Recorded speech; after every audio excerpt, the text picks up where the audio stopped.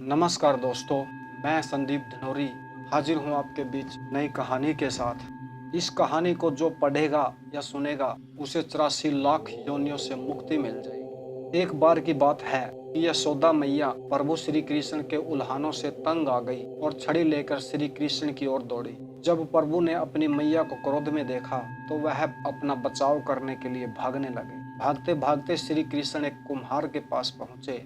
कुम्हार तो अपने मिट्टी के घड़े बनाने में व्यस्त था, लेकिन जैसे ही कुम्हार ने श्री कृष्ण को देखा तो वह बहुत प्रसन्न हुआ। कुम्हार जानता था कि श्री कृष्ण साक्षात परमेश्वर हैं। तब प्रभु ने कुम्हार से कहा कि कुम्हार जी, आज मेरी मैया मुझ पर बहुत क्रोधित हैं। मैया छड़ी लेकर मेरे पीछे आ रही हैं। भैया मुझे कहीं छुपा लो। तब कुम्हार ने श्री कृष्ण को एक बड़े से मटके के नीचे छिपा दिया। कुछ ही क्षणों में मैया यशोदा भी वहां आ गई। कुम्हार से पूछने लगी, क्यों रे कुम्हार, तूने मेरे कन्हैया को कहीं देखा है क्या?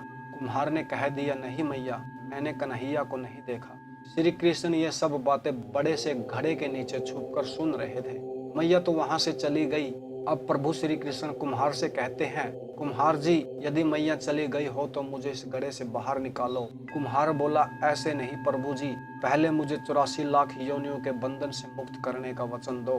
भगवान मुस्कुराए और कहा, ठीक है, मैं तुम्हें 84 लाख योनियों से मुक्त करने का वचन देता हूँ। अब तो मुझे बाहर निकाल दो। कुम्हार कहने लगा, मुझे अकेले नहीं प्रभु जी, मेरे सभी परिवार के लोगों को भी 84 लाख योनियों के बंधन से मुक्त करने का वचन दोगे तो मैं आपको इस घड़े से बाहर निकालूंगा।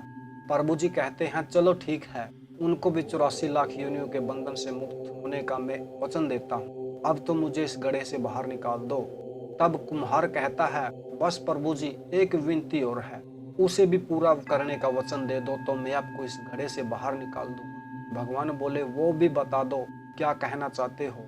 कुम्हार कहने लगा, प्रभु जी, जिस घड़े के नीचे आप छुपे हो उसकी मिट्टी मेरे बैलों के ऊपर लाद के लाई गई है। मेरे इन बैलों को भी 84 के बंधन से मुक्त करने का वचन दो। भगवान ने कुम्हार के प्रेम पर प्रसन्न होकर उन बैलों को भी 84 के बंधन से मुक्त होने का वचन दिया। प्रभु बोले, अब तो तुम्हारी सब इच्छा पूरी हो गई, अब तो मुझे घड़े से बाहर निकाल दो। तब कुम्हार कहता है, अभी नहीं भगवान, बस एक अंतिम इच्छा और है, उसे भी पूरा कर दीजिए। और वो ये है कि जो भी प्राणी हम दोनों के बीच के इस संवाद को सुनेगा उसे भी आप 84 लाख योनियों के बंधन से मुक्त करोगे। बस यह वचन दे दो तो मैं आपको इस घड़े से बाहर निकाल दूंगा। कुम्हार की प्रेम भरी बातों को सुनकर प्रभु श्री कृष्ण बहुत खुश हुए और कुम्हार की इस इच्छा को भी पूरा करने का वचन दिया। फिर कुम्हार ने बाल श्री कृष्ण को घड़े से बाहर निकाल दिया, उनके चरणों में साष्टांग प्रणाम किया, प्रभु जी के चरण धोए और चरणामृत पिया, अपनी पूरी झोपड़ी में चरणामृत का छिड़काव किया और प्रभु जी के गले लगकर इतना रोए कि प्रभु में ही विलीन हो।